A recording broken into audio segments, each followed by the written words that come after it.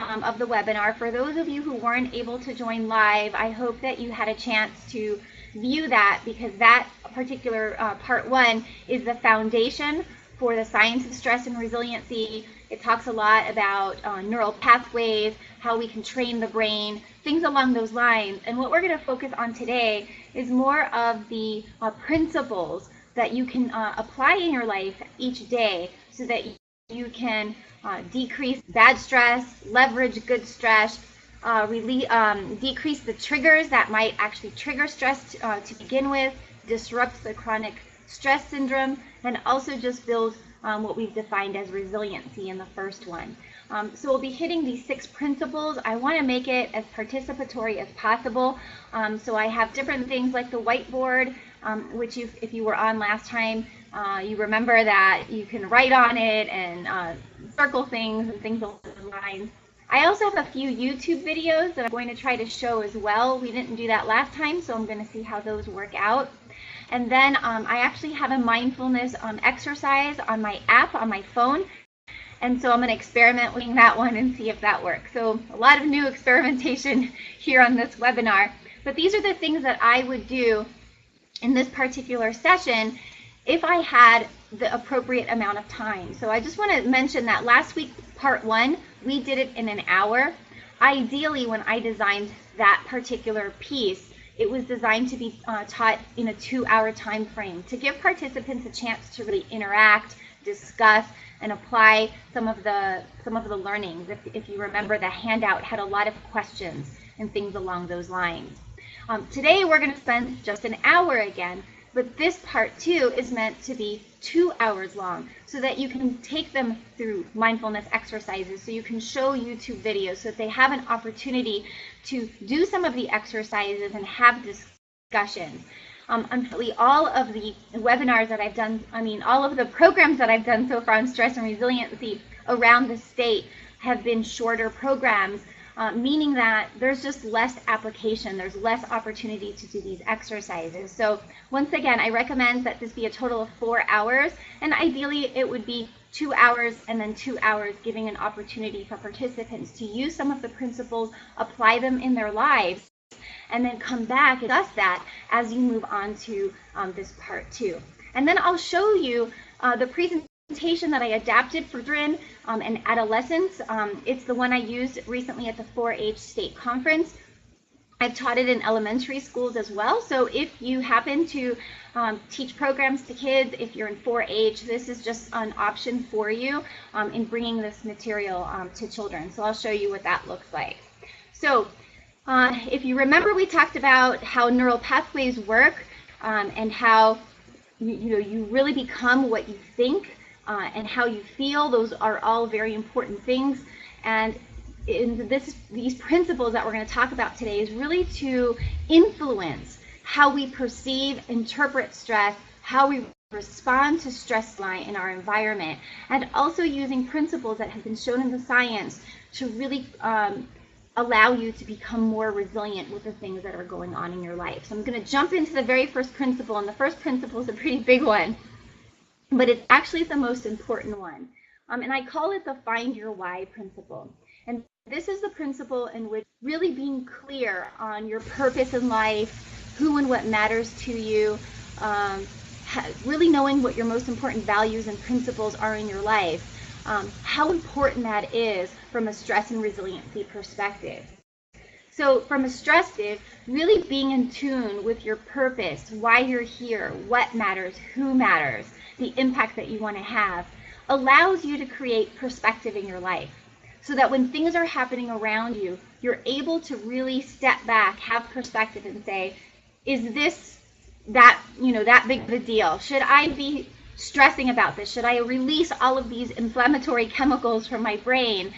Is this worthwhile? Is this hitting me where my purpose and values and what is really important to me really is? Or am I just kind of letting myself run with this stimuli? I'm frustrated in traffic, or I'm upset over an email that I got, or they've announced some kind of change and it's frustrating and I'm getting anxious about it. Is that really worth it? If you can't influence it, you can't change it, you're not going to remember it 10 years from now. It's not going to be some, major change in your life that affects your purpose, then is it really worthwhile releasing those chemicals that we talked about last week when it comes to that stress response? So having a very clear sense of your purpose and we're here really allows you to create that perspective. The other reason that this matters and is relevant to resilience is we're all going to get knocked down in our lives. We're all going to face storms and tough times, unexpected things, disappointments, loss that knock us off our feet. That's just inevitable. And having a great sense of purpose and really understanding your why gives you a reason to get back up as quickly as possible. And so from that perspective, this is really the foundation. If people don't know that purpose in their lives, it really makes it difficult to navigate properly, to make decisions, to understand what's worth stressing about and what's not, getting back up, making adjustments, recovering, toughening, all of these things that are really important. So this is not something that most people do on a regular basis to really explore their purpose. And so I like this part because it gives people a pause lives, our very busy lives, our very demanding lives, to reflect and to think about things that we just don't normally have a chance to think about. And one of the things that I do, because sometimes in a class it's awkward to just be like, okay, now define your purpose, and now it's kind of a false environment to do that in, is I show a YouTube video. And I'm going to attempt to show the YouTube video, see if it works. You've probably seen it before. It's been viewed like 8 million times on YouTube. But it's really a video of a person who's very clear on his purpose in life. And his purpose in life guides him every single day in what he does and how he lives his life. And the purpose of showing the video is not because we believe that everybody should have the same purpose or even relate to this person's purpose. But it's the idea that you should find that purpose in your life and find a way to express it, find a way to live it on a daily basis. So I'm going to go ahead and show the video.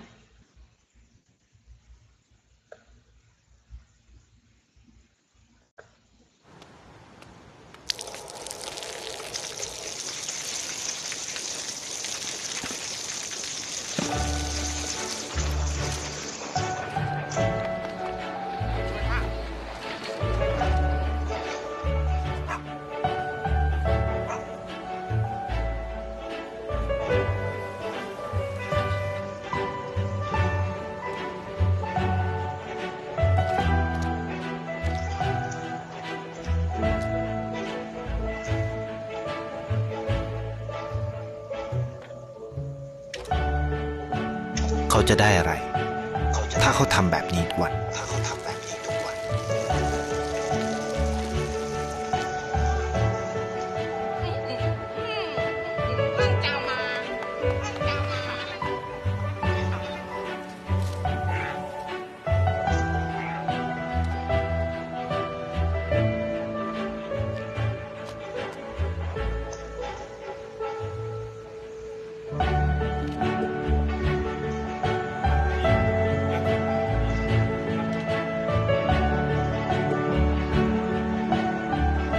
เขาจะไม่ได้อะไรเลย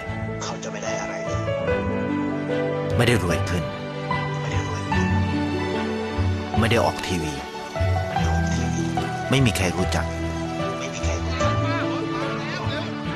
ไม่ได้มีชื่อเสียงที่มากขึ้น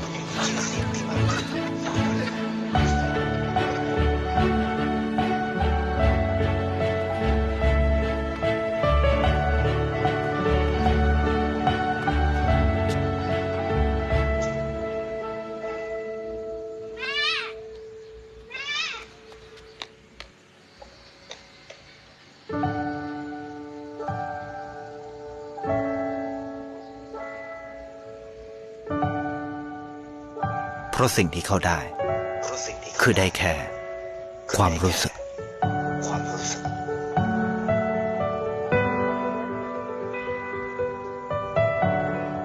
ได้เห็นความสุข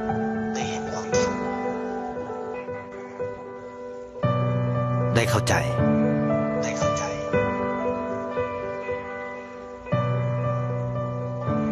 ได้ความรักได้ในสิ่งที่เงินซื้อไม่ได้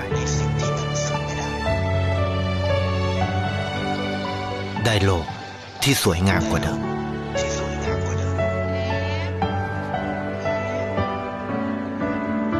ในชีวิตคุณอะไรคือสิ่งที่คุณต้องการมากที่สุด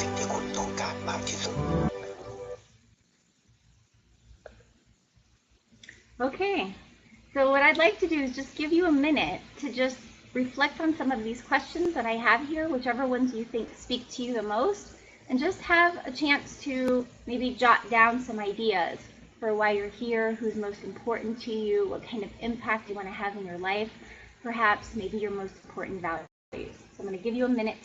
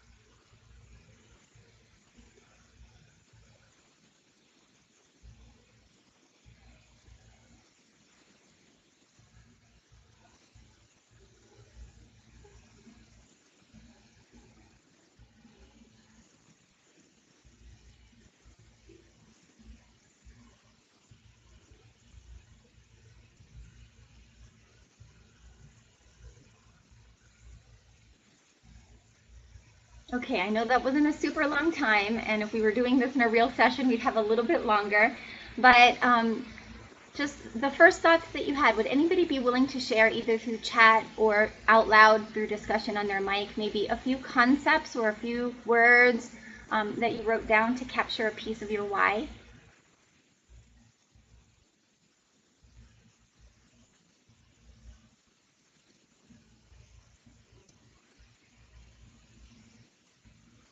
This is where you guys participate and I listen.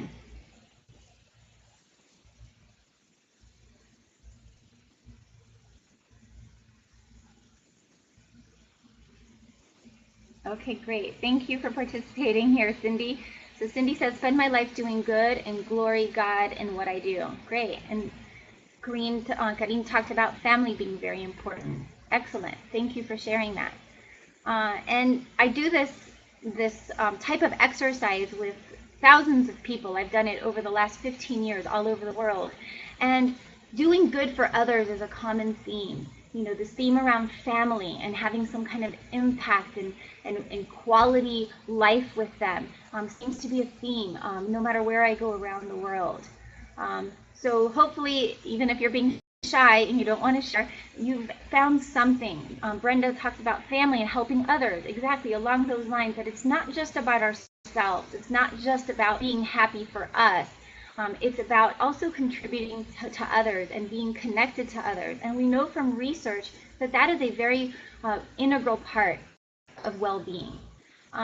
So hopefully you'll take some time. The handout has all of these questions, and I'm going to be sending you that after the session. You'll take the time to do this if you haven't had a chance to explore this. It's really a worthwhile exercise and can help you in many parts of your life. So what I'm going to do is I'm going to move on to principle number 2. So we have this foundation. We have a sense for who and what really matters, and that helps create perspective. What we want to work on is, if you remember from the last webinar that I taught, there's a stimulus and a response. There's stimuli in our environment, and respond to that. But I always say that between every stimulus and response, there's a space. And this is a space for us to be able to respond, think about our response in a way that aligns with our values and our principles and who it is that we want to be. And some people have a very small space between a stimulus and response. It means that there's a stimulus and they just respond. And typically when we have an immediate response, it's with our amygdala. It's a very emotional response, which doesn't involve a lot of our prefrontal cortex or our thinking brain. And that can be very dangerous. We just respond with sheer emotion without any thought put into it. It could be bad. It may not align with who it is that we want to be. It can get us into trouble. And so there are ways that you can actually build space you can build connections between your emotional and rational brain. And one of the things in the research, in the literature, is mindfulness. Hopefully you've heard of mindfulness before.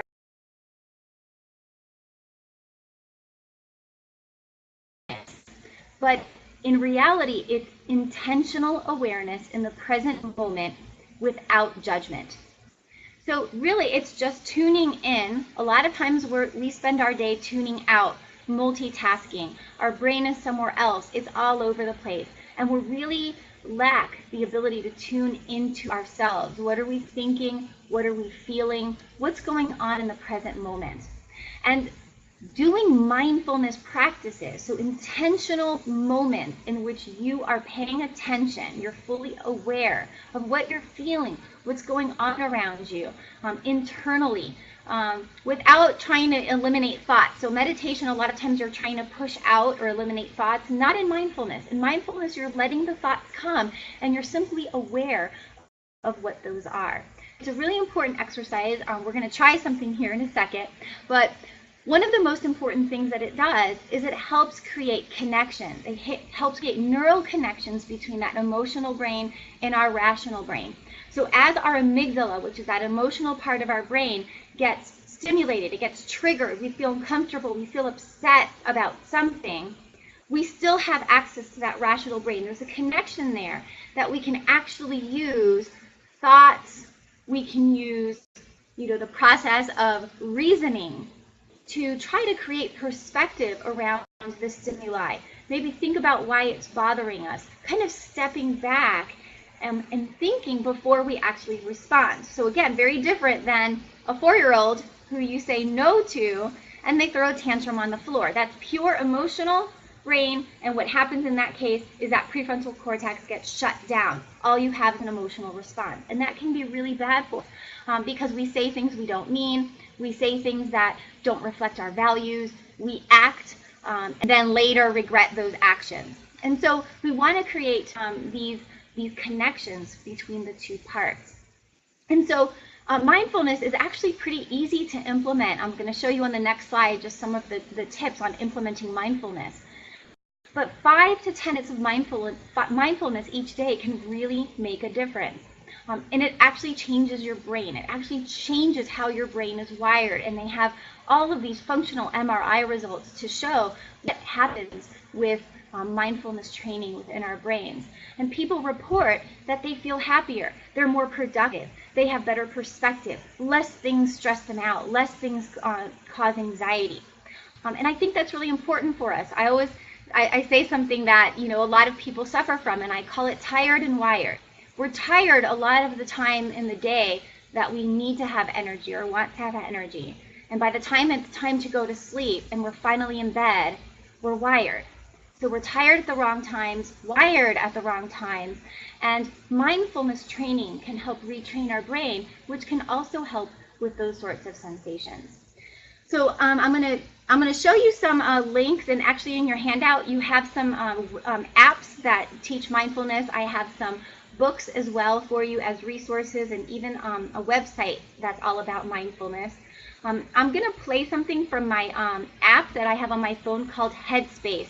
Headspace is one of the more famous mindfulness apps that you can download. There's a free version and there's a paid version. I'm going to do something from the free version. It's just 1 minute long, and it's focused on your breathing. And so if you can just be in a comfortable position, try to be as relaxed as possible, even though you're at work, put your feet on the floor, just relax. Close your eyes if you want to. You don't have to close your eyes to do mindfulness, so that's another nice thing about it. And I'm going to go ahead and play this app. So sitting comfortably, just taking a big deep breath in through the nose, out through the mouth. As you breathe in, noticing how the body expands. As you breathe out, just watching the body soften. You gently close the eyes.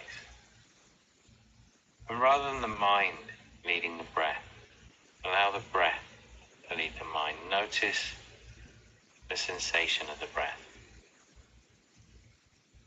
Notice it where you feel it in the body. If you need to, you can just gently place your hand on the stomach. And just following that rising and falling sensation. Nothing else to do. Allowing thoughts to come and go. And when you're ready, just gently opening the eyes again.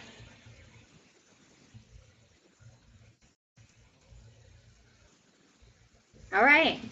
Hopefully it was very short. I picked something short purposefully. I have apps that have, mindfulness exercises that are between 10 and 14 minutes long. That one's called Buddhify. But if you haven't tried mindfulness before, I encourage you to give it a try, see what happens, download apps if you're unsure how to do it. But in essence, you can do mindfulness anywhere. You can practice mindfulness while you're brushing your teeth. So if you brush your teeth for 2 minutes, that's 2 minutes of mindfulness that you get to log. That can help strengthen your brain and strengthen those connections. You can mindfully eat, which you might enjoy your food more. Maybe you'll eat less. Maybe you'll make better choices because you're more mindful and aware in the moment. Being more mindful while you exercise might help you to exercise more effectively, get more out of it. Being mindful before you go to sleep. There are all kinds of things that this could possibly help with. So what I have here is just a few tips. The tips are, to select very specific moments of your day, maybe the same ones each day, and then just practice mindfulness in those particular moments. It could be moments, it could be certain activities, like I mentioned, brushing your teeth or eating, or doing a specific activity that you do. If you practice when you first wake up, that could change the tone of your day, how you take in information, how you process that, and then in turn how your response is to that stimuli and to the things that are going on. You don't have to practice mindfulness all at once. So studies show that you can practice it in short bursts multiple times a day, and you can still get improvements. You can still feel the difference with these practices. Maybe creating a cue. So there's one of the apps that I have, and it asks you if you want to be reminded to practice your mindfulness in the day, and you can actually set reminders in order to do that. So what I'd like to do is just, I'm going to put this up on the whiteboard, and I just want to make sure we can all use the whiteboard again. And you can use your pencil, for example, and you can mark what are one or two of the things that you're willing to try when it comes to mindfulness when you leave here. Or you can add into the chat box if you prefer to chat. What is something that you might try, or if you already do mindfulness, what is something that you do that works that you want to share with others so that we can learn from each other. So I'm going to just put a line to, that's me, practice when I first wake up. I love doing mindfulness when I first wake up before I jump out of bed and get busy with my demanding life that I have. You can also use the text tool.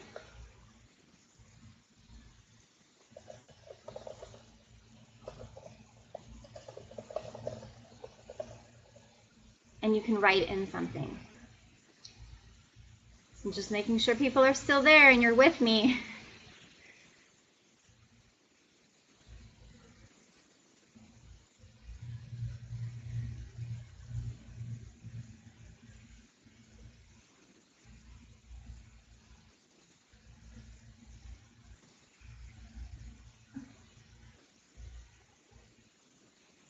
Okay, Karim is going to create a cue or a prompt. Perfect, thank you. Anybody else? Nobody else wants to use the whiteboard? All this work I put into the whiteboard, no one's going to use it.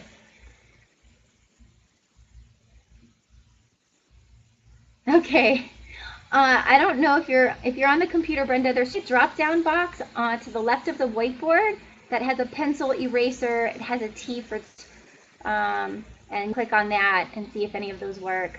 And if they don't, that's fine. So you're interested in an app to remind you to take time for mindfulness. Yeah, sometimes we need reminders until we build a habit. And then once we build that habit, we just sort of naturally do this, which is great to do that. Anybody else want to chime in on voice? I know we've got New Mexico Edge and Rick, whose microphones work. We got 6 people at New Mexico Edge. I know somebody wants to share something.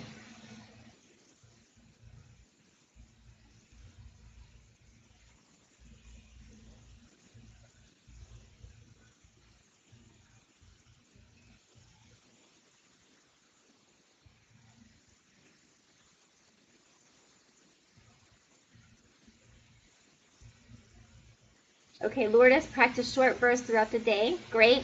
I'm going to remind you. Maybe we'll practice that together. Okay. Sanjay, we can look at it later and just see if it's your browser or something along those lines. The breath on the Apple Watch. Yeah, if that, I don't know if that leads you through, I don't have an Apple Watch, John, so maybe if you want to chime in and kind of tell us what the breath on Apple Watch does, if it leads you through breathing or just times you so that you can listen to your breathing or pay attention to it, it would be great to know what that does. Oh, I know why. Hold on, I didn't hit collaborate button. Does everybody see the drop down box now? Yay! Sorry. Leader error, leader error. Okay, so John says he's still learning, but it walks you through a breathing exercise. Absolutely. So the breath on the Apple Watch, that's another great tool. There are so many tools out there. Work with things that you already have if you have something, so you don't have to, have new ones and things along those lines. So that's perfect. Absolutely great. And again, the idea here is to try different things. See what works for you. See what doesn't work for you. But the main thing is whatever you try, be consistent. You need to do it for a certain amount of time, for at least a couple of weeks to really feel the difference on what you're doing. Look at that. When I actually enable writing, look at the amazing things that you guys do. All right, I need to put that on my checklist of things to do when I open up the webinar. Perfect. Well, thank you so much. I hope that you enjoyed that mindfulness exercise. It's really great if you have a longer class and you're able to do some of the longer mindfulness exercises. Some of the ones that I have are on gratitude, on compassion, on kindness. And so at the same time that you're doing mindfulness, you're also building positive emotions. Remember that last time we talked about the importance of building positive emotions like compassion, kindness, gratitude, forgiveness, all of those things. And so this is just another way to do it. You can combine mindfulness and building positive emotions at the same time. So I like more bang for my buck, and so I'm all about it. Look at you guys with the whiteboard. Awesome. Okay, great. Now we're going to go on to principle number 3. And principle number 3 is mindset. It's really challenging your mindset or perspective. This one for me is so critical. I always tell people that when it comes to making change in our lives, when it comes to confronting perhaps a bad habit that we have, when it comes to trying to create something new for yourself, I'm going to tell you that the biggest barrier is not lack of time, it's not your job, it's not your family, it's yourself. And I've been doing this for a really long time. We get in our own way so much. And a lot of this has to do with our perspective and our mindset. And I love this quote by Stephen Covey. We simply assume that the way we see things is the way they really are or the way they should be. And then our attitudes and behaviors grow out of these assumptions. And a lot of times we talk about, and we all do this, we talk about behavior change. We talk about behavior change. And in an essence, I always say I don't do behavior change. I do thought change.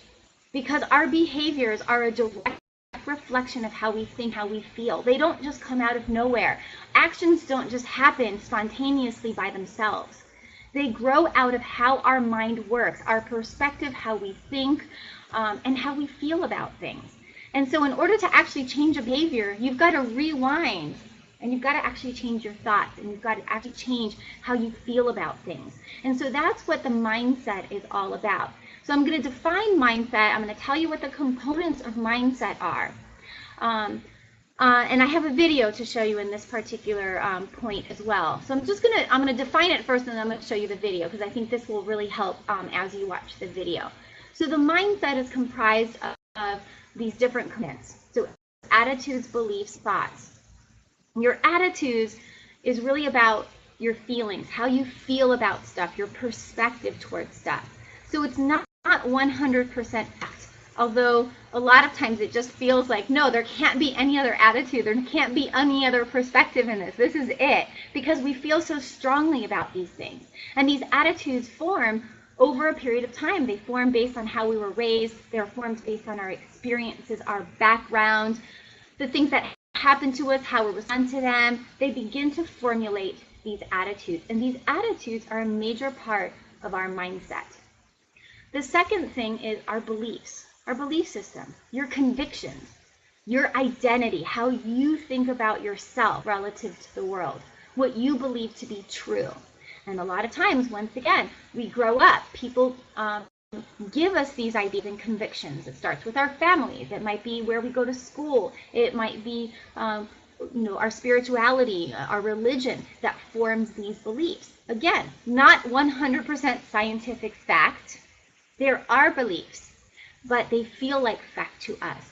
Okay, so this is a lot about thinking. Again, it contributes a great deal to the mindset. And then our thoughts are sort of what I call your inner voice, your running thoughts that you have throughout the day. And of course, your running thoughts are influenced by your beliefs. Your running thoughts are influenced by your attitudes. But sometimes your running thoughts are just habitual. They're just the thoughts that just naturally come up. They always come up the same way every time. So for example, if you make a mistake, you might have thoughts that say, oh gosh, you always do this. What's wrong with you? Or, gosh, you idiot. Why, rarely when I talk to people, when they make a mistake, is the thought, oh, that's okay. You're human. Everybody makes mistakes. But yet that's what we'd want someone to say to us. That's what we'd want to say to our kids. That's what we would want to say to an employee that works for us, because it's much more constructive. So a lot of times our thoughts can be constructive. They can be a good coach for you. They can help you in your day and with the things that you're doing. But a lot of times they're not constructive. They can work against us. They can go against our values. They can be completely the opposite of what we think we would want to say to others in that situation. So those running thoughts, the things that are just coming up in your head, they're important to be aware of in our lives. And mindset is something that you don't just capture in a moment. Go, oh yes, I get mindset. Yeah, perfect. It takes time to really understand your own mindset towards different things in your life. But I can tell you, as someone who's worked in the area of nutrition for 20 years, working with people as a dietitian, a lot of times we make a mistake in nutrition counseling to jump right to the behaviors. We say, oh, you're drinking whole milk, just switch to skim. And you're doing this, so you should just eat half. And then what you should do is just do this. And what we try to do is just change people's habits and change their behaviors. But without understanding their mindset towards food, their mindset towards these foods, their mindset towards how much food they eat, what they were taught as children on cleaning their plates, how they feel when they leave food behind on the plate, how they feel towards healthy food. If we don't address that, if we don't help them to uncover those things, what we're going to see is very short-lived behavior change, which is what's actually shown in the studies. There are very few studies to say, wow, if you just tell people to do this, they just do it, and they do it forever. And so I really want to push this idea that whatever it is that we're trying to change, yes, working on behaviors is important, but just as important or even more important is rewinding that and saying, what are your beliefs about food? What's your attitude about it? And a lot of times what you uncover is a lot of fear, a lot of frustration, a lot of confusion, a lot of conflict. And what you want to do is help them. You're not telling them what to believe. You're not telling them what to feel. What you're asking them to do is explore these things so that they have an opportunity to change and challenge their own mindset with regard to this. So I'm going to show you a video. And this video is another YouTube video, but it's based on a true story. It's based on 5 guys who were basically living an old story every single day of their lives. And I want you to see what that old story looked like and sort of what they may have been thinking and what they have been experiencing. And then what you're going to see is a change. Something happens, and they decide to live a new story, a new type of life. And what you're going to see is a shift in mindset. And so I want you to see what happens with that shift, and then we'll just come back and just discuss that.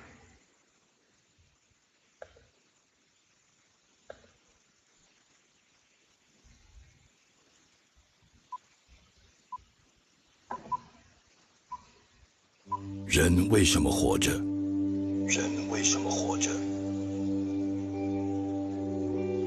为了思念，为了思念，为了活下去，为了活下去，为了活更长，为了活更长，还是为了离开，还是为了离开？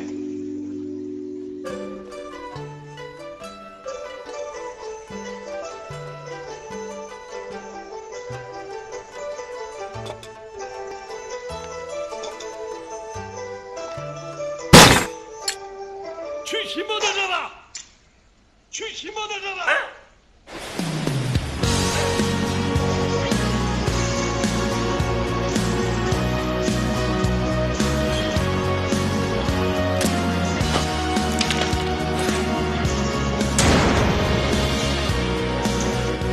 ！5个台湾人，平均年龄81岁，平均年龄81岁，一个重听，一个得了癌症。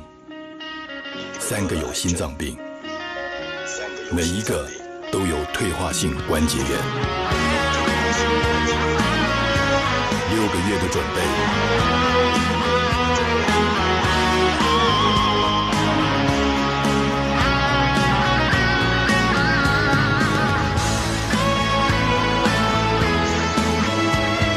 环岛13天。1139公里，从北到南，从黑夜到白天，只为了一个简单的理由。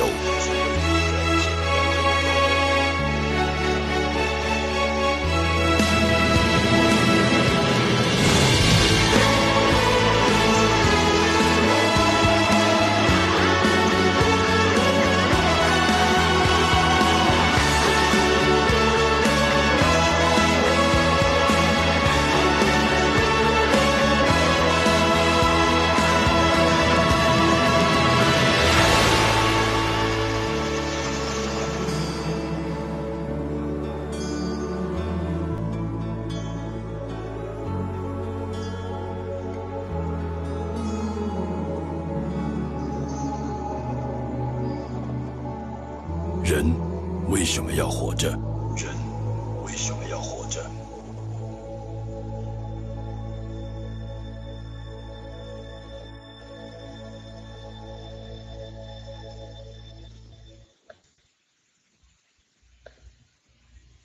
？So hopefully you enjoyed that video. It's one of my favorites. And what I love about that video, it demonstrates the importance of mindset. The old story, the mindset they had was, I'm old, I'm sick, I've lost the people I've loved, I'm now a burden, and really I have nothing to live for. I just show up every day, just sit here, waiting to be replaced with the next picture, when I die. That's it. Life is over. I've already done everything that I'm going to do. And it just took a shift to train for something that mattered to them, that was important, that they had passion about, that they loved to do. From Taiwan on their motorcycles, you can see the difference. Before, they had no life eyes, no joy, nothing happening. Driving around on those motorcycles, even though it was painful, even though it was hard, even though the training was hard, they had joy, they had life, they had laughter, they had fun. They were living that passion. And probably in those 13 days they traveled around Taiwan, they may have more in those 13 days than they had the previous 2 years. For what? Because their mindset was set to say, this is it, this is my life, there's really no other option. And so if you think in your own life about just anything that you want to change, anything that causes you stress, anything that pushes your buttons perhaps, what is it that you had the opportunity to challenge? Could you challenge your beliefs, what you believe to be true. You know, they probably believed, I'm too old to do this. And probably everybody agreed with them. You're too old to do this. Maybe the attitude was, you know, I'm too sick. I've got to take all these medications. You know, whatever it might be. I don't feel good. I don't feel like I have the energy to do this. And the thoughts could be like, you know, you can't do this. What are you even thinking? This is it. This is your life. You're old. You're tired. You know, these could be just the running thoughts going through their head. So what I want you to do is just think about something in your life. It could be something that's new.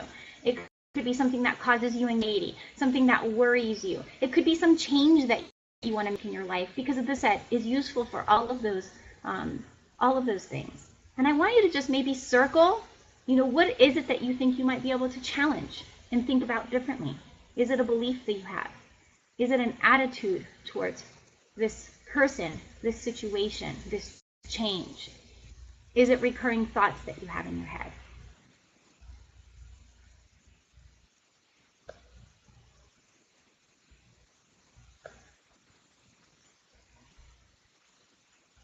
Oh my gosh, I have to hit collaborate again on every single one. Okay, sorry. Oops, I think I just killed this thing.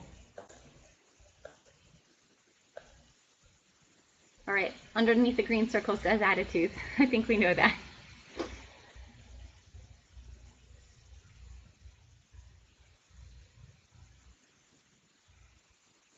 And then of course you can always type.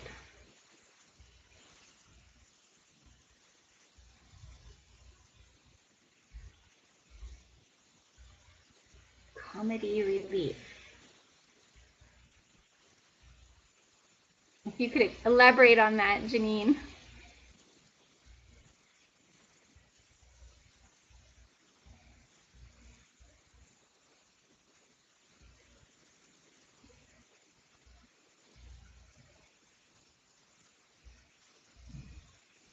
Okay, so I have people just saying I'm going to change. I can challenge my thoughts. I can challenge my beliefs. I can challenge my attitude towards something. I can challenge my mindset in general. And most likely when you're facing something, if there's something in your environment that's causing you stress or that's preventing you from really adapting in some way, there might be a little bit of everything. It could be parts of your beliefs, parts of your attitudes, parts of your thoughts, because you can't separate these out. They all influence each other. It could be that, yes, a change in attitude certainly is much easier than changing beliefs. Absolutely. How you feel about something, perhaps that's more, it just changes more as you go through life, where your beliefs and your convictions, wow, maybe you've had those for the last years of your life. You know, but there's still an opportunity to challenge those, especially if the beliefs that you hold aren't working, especially if the beliefs that you have conflict with an important value or principle or somehow conflict with your purpose that you're trying to live. And sometimes we develop these beliefs and attitudes and thoughts at a time in our lives that we're going through certain things. They're protective, they're useful, they're helpful to us. And then they become habitual. But then we go through life and that situation changes. We're no longer in need of those particular attitudes, thoughts, or beliefs the way we used to be. But now they're embedded. Now, you know, they're becoming more concrete. You can always change them if you want to, but you have to have a reason to do it. And that's why the finding your why is so important, because it gives you an underlying reason as to why you want to change. Just recently, I was with a group and we were talking about this. And I had asked the group if anybody had ever stopped smoking. And several people had their hands. So I asked one of the gentlemen, tell me what caused you to stop smoking. Was it the packages that told you that it was bad for you? Was it telling you how bad it was for you? And he said, no, it was my 5-year-old. All the time that I smoked, I didn't want her to be around the smoke. So I'd always tell her, go over there while I smoke. Go over there while I smoke. And one day she says to me, Daddy, if you didn't smoke, I'd be able to be with you all the time. And literally in that moment, he says, I just couldn't smoke again after that. He may have had beliefs like, Smoking is not bad for me. My parents did it and they were fine. He may have had an attitude of it keeps us away and it does this or that. But in that moment, his 5-year-old hit on one of his most important values and purpose, and it changed everything. It overrode those beliefs and those attitudes. And so again, that's why these principles are so important, because they interact with each other. Your why influences these things. And when you conflicting moments between your beliefs, attitudes, or thoughts with your values, it is an opportunity. That friction is an opportunity to take a look and make a change in your life. So thank you for participating. I know I need to move on. We won't finish on time. So the next one is about thought reconstruction. And that really hones in on this third piece where it says thoughts. This is about thought reconstruction. If you've got habitual thoughts in your head that somehow work against you, that somehow conflict with your values, let's say that they're thoughts of being critical. And when you're critical in your head, that can induce some stress and anxiety because you're around people and you're interacting with them. And in your head, you're being very critical, or in your head, you're being very judgmental. That's a source of stress. You may not see it as stress, but it releases chemicals in your brain that are not necessarily good for you, especially if one of your values is to be a kind and compassionate person and not to be a critical person. So that's an example where your thought directly conflicts with one of your values or your purpose. And so if you're more aware of your thoughts, which mindfulness can help you to be, mindfulness helps you to be more aware of your thoughts, you can pause and you think about the thoughts and say, is this aligned with my values? What if my thoughts were played out loud to others? What if everybody could hear the thoughts that I had? Would that be good? Most people are like, no, I don't want people to hear my thoughts. That would be terrible. Well, anytime that you're having thoughts that you wouldn't want to share out loud or say out loud, it's work. And that causes friction. That causes discomfort. That's an energy investment because now you have to filter it. Now you have to think of something to say that goes in contradiction to your thoughts. That's a lot of extra work that we don't need to have in our lives. So instead of constantly filtering, it's actually better to have the thoughts that actually align with what you'd be proud of, what you'd want your loved ones to have in a situation, thoughts that reflect the best version of you, thoughts that are aligned with your values and principles. And it's not going to work 100% of the time. You're not going to 100% of the time think thoughts that should always be said out loud aligned with your values. But if you can make them more than today, if you can train those thoughts to be constructive, your best coach, to be that voice in your ear that says, have perspective, step back for a second and think about this. Think about how you'd want to respond. What aligns with your values? You're going to be a lot better off.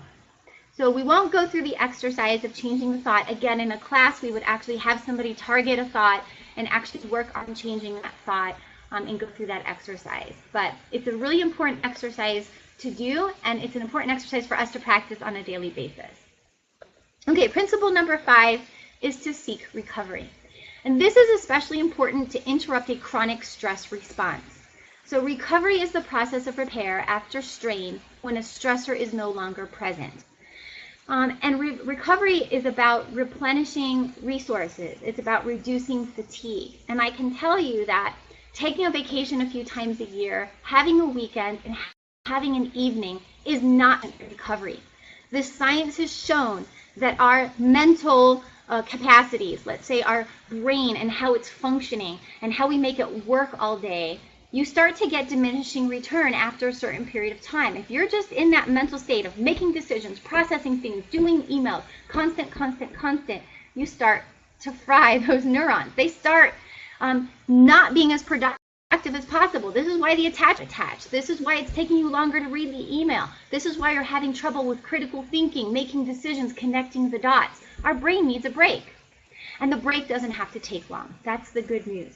In 1, 2 minutes, 5 minutes, you can actually reset. I call it the reset button of your brain. You can reset your brain. If you're in an emotional state that's very anxiety-filled, very stress-filled, you need to recover.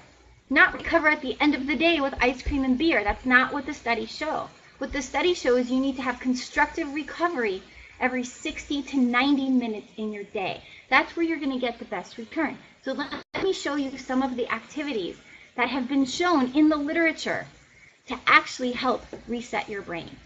And so you see the 6 categories. Low effort activities. So watching TV, people say, oh, I need to watch TV. Yes, it is a relaxing activity, a low effort activity. So there's nothing wrong with that. It can reset your brain. But everything in moderation. If you sit and watch TV for 4 hours and it's getting in the way of other things that are important, that's where that may become a problem. So you have all of these ideas here, listening to music, reading, relaxing, meditation, yoga, being in nature. The studies on what happens to your brain when you go into nature, when you experience nature, it's amazing. Spending time and interacting with people you like, that you connect with. Having people that you work with that you like has been shown to really increase job satisfaction, because that's an important part of recovery. Engaging in sports and activities, hobbies, laughing. So laughter is one of those to reset the brain. Studies show that even fake laughter helps to reset the brain. So if you have nothing to laugh about, just fake laugh until you have something to laugh about. Your brain actually buys it. So practice any of these things throughout your day. 1 to 2 minutes is all it takes. And then, of course, I have the categories that have been shown not to help you with recovery, which is doing work outside of work, household chores, sweeping, mopping, ironing, things along those lines, taxing your children from here to there, paying bills, things along those lines. That does not help to reset your brain.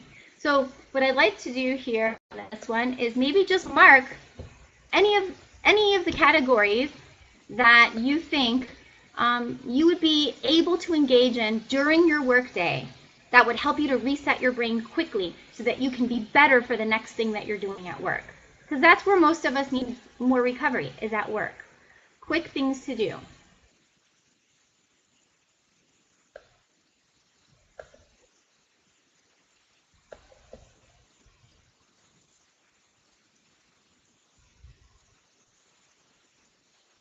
Great. Listening to music. Yeah, one song can reset your brain. Stretching, so it doesn't have to be full-on exercise with sweating. You can just get up, do some stretching, maybe use some of the resistance bands that we now have available. Humor and laughter, interacting with people you like. Great, there's lots of opportunities. We have so many opportunities available around us. You may have to just set an alarm that reminds you to recover. And if you recover on a regular basis in your day, what you should feel is not as tired, not as exhausted. Little things shouldn't trigger your stress. You should feel less anxious. You should feel much better, much more resilient, stronger. So try this out. Give me feedback. Let me know how it goes. So once again, thank you for participating. I'm going to show you the very last principle. And this was about self-care. And we always hear about putting your oxygen mask on first, on an airplane. The other day I was talking to someone from Africa, and he said that they have a saying where he's from that's very similar to this. And he says, if you have something in your eye and I have something in my eye, how can I help you take your thing out of your eye? Don't take my thing out of my eye first so that I can see what I'm doing. And so, it probably doesn't translate exactly, perfect. But it was just something that was really interesting because it's just a different viewpoint, but really the same message. We've got to take care of ourselves. Sometimes we're so busy wanting to be great for others and help others that we neglect ourselves in the process. And what I have here are the 3 areas, exercise, eating, and sleep, that contribute to resilience. These things have been shown to contribute to resilience. So when we talk about eating, we normally talk about eating from a health perspective. How can it help you to prevent disease? How can it help you to just be healthier? But I want to talk about it from a resilience perspective. Eating and the glucose that you put into your brain is a necessary component for the brain that's responsible for self-regulation. And self-regulation is the same as self-control, which is what we use when we respond to stimuli in our environment. It's part of creating space so that we have an opportunity to figure out before we respond what that response is going to be. Without self-regulation and without self-control, our amygdala takes over and responds. And so our glucose is actually a central part of self-regulation. We know that if you have better physical energy, if you're not tired and you have good physical energy, you're in a better mood. You can think straight. You're not hangry. You hear about the word hangry. You have less emotional swings. So So those things are relevant to resilience. They're relevant to stress management. And also eating can help your brain with focus and attention. So once again, to be aware, to be able to tune in, to be able to reflect, you've got to have food coming into the system to make that happen. So I'm going to show you some of the tips in eating. Exercise. We talk about exercise for weight loss. We talk about exercise for disease prevention. Rarely are we talking about exercise from a resiliency perspective. Exercise actually stimulates positive adaptations in the body. An example is neurogenesis. Aerobic exercise at a significant level, so in discomfort, can actually cause you to make new neurons in your brain. Well, that can be very useful to you when it comes to establishing those neural pathways that we talked about last time. Exercise, we already saw in the previous slide, is a reset. It's a recovery. It resets the brain, which is going to be really important. Exercise reduces your risk of illness and speeds recovery. Well, that's directly related to resilience. So again, we don't usually use that angle, but it matters when it comes to resilience. And then of course, sleep. Sleep is the deepest form of physical recovery, and it is the most critical form of mental recovery. It helps with focus, attention, learning, and supports self-regulation. And you probably know that when you're tired, it's hard to have filter. When you're tired, it's hard to make good decisions with your food, with anything that you're doing throughout the day. And that's because your self-regulation center suffers in your brain. It promotes emotional stability. So all of these things are interconnected. When you lack sleep, you're not going to eat as good as you normally do. And the studies show that when we lack sleep, we eat an extra 500 calories a day that next day after getting too little sleep. It's not because we're trying to compensate. There are some chemicals that are released that cause you to increase your appetite, but also your self-regulation, the things that would say, you've had enough, pick the healthier food. That's not functioning the same way. So I just have a few quick tips here in these 3 categories. And I'm actually just going to put it on the whiteboard so that you have an opportunity to look at it and also collaborate if you'd like to. So take a look at some of these things, these tips. Find ways to move throughout your day so that you're not sitting too long. Prioritize exercise in your schedule. Put it in your calendar as if it were an event. Exercise with intensity. So if you have a chance to do the resistance training session that I developed, and now I've recently finished up the aerobic training with high intensity interval training session, which we'll be doing a webinar. When you use more intensity, you get more positive adaptations in a shorter period of time. So if you're going to exercise, do more intensity to get more out of it. Find activities that are fun. Do variety so you don't get bored. Eat frequently throughout the day, but don't overeat. Feel just enough to be satisfied. Eat in a balanced way so that you can feel your best. Find other ways to manage stress and cope in your life that don't depend on food or alcohol. That's a really important one for a lot of our participants. A lot of people out there don't have good coping mechanisms for stress, so they use food to do that. Practice mindfulness during eating. Sleep enough. Get good quality sleep. Have consistent routines around sleep. Avoid the sleep disruptors. Exercise in the day helps you sleep better.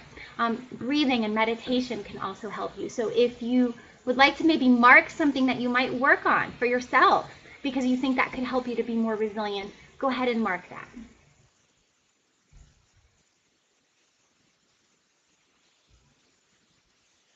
If you're still there, I know we're a few minutes over. We're almost done.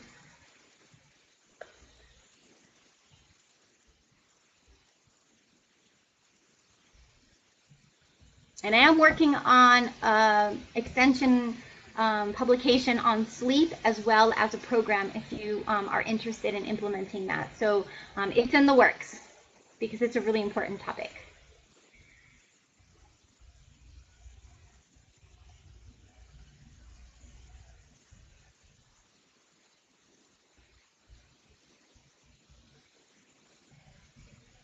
Awesome.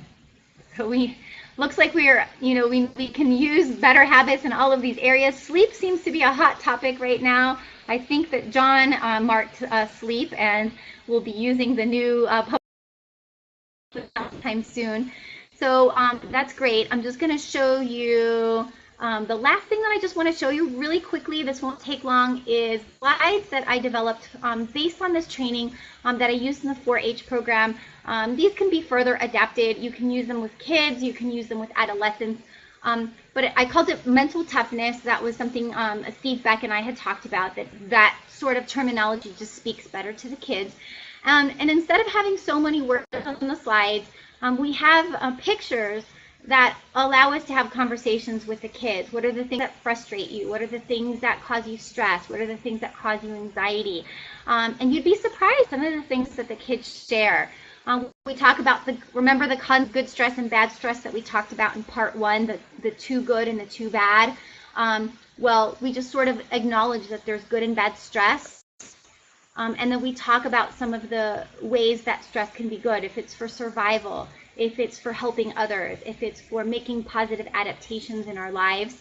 So we talk about it again through kind of a pictorial, conversational perspective. What are the bad kinds of stress, things that cause us to stress in others, but have also thoughts and behaviors that maybe aren't aligned with being, a good person, gossiping, yelling, being angry, those sorts of things. And what we do is we actually talk about how the brain works, and we talk about the neural pathways, and these kids get it.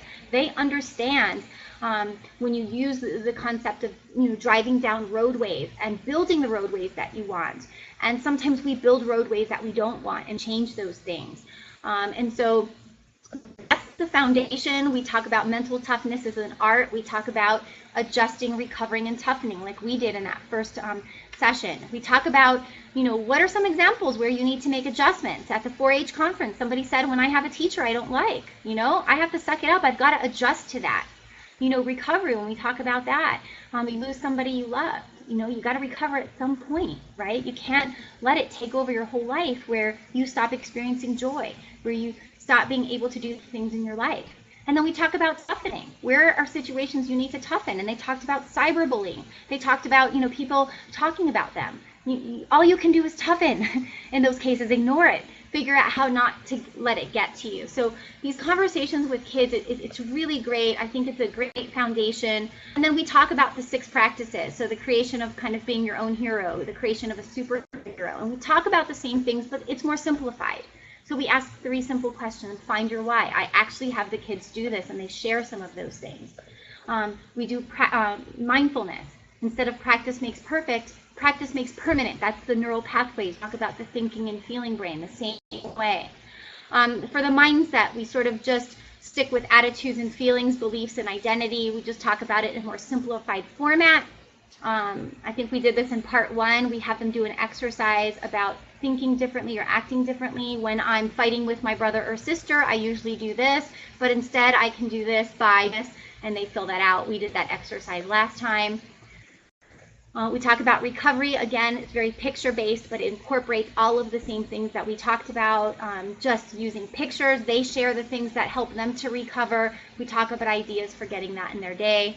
And then we talk about sleeping, eating, and exercising. I give them some very simple concepts, and then I allow them to elaborate. Well, what do you think healthy eating is? What are healthy foods? Instead of telling them what to do, I open that up to conversation so that they can chime in and give their ideas on how they can get more sleep, give their ideas on how to do more exercise. And I actually have a handout that goes with this that they fill out.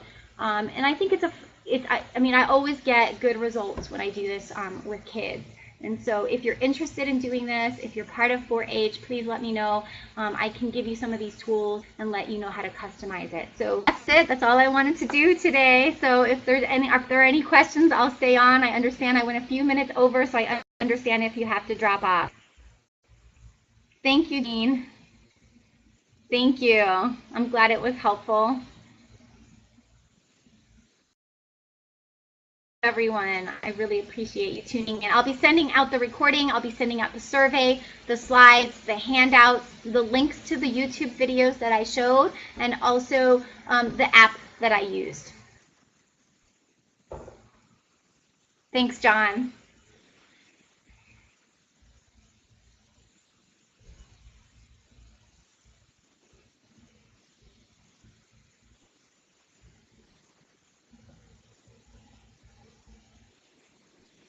Thank you, Brenda. Thank you. Thank you for joining.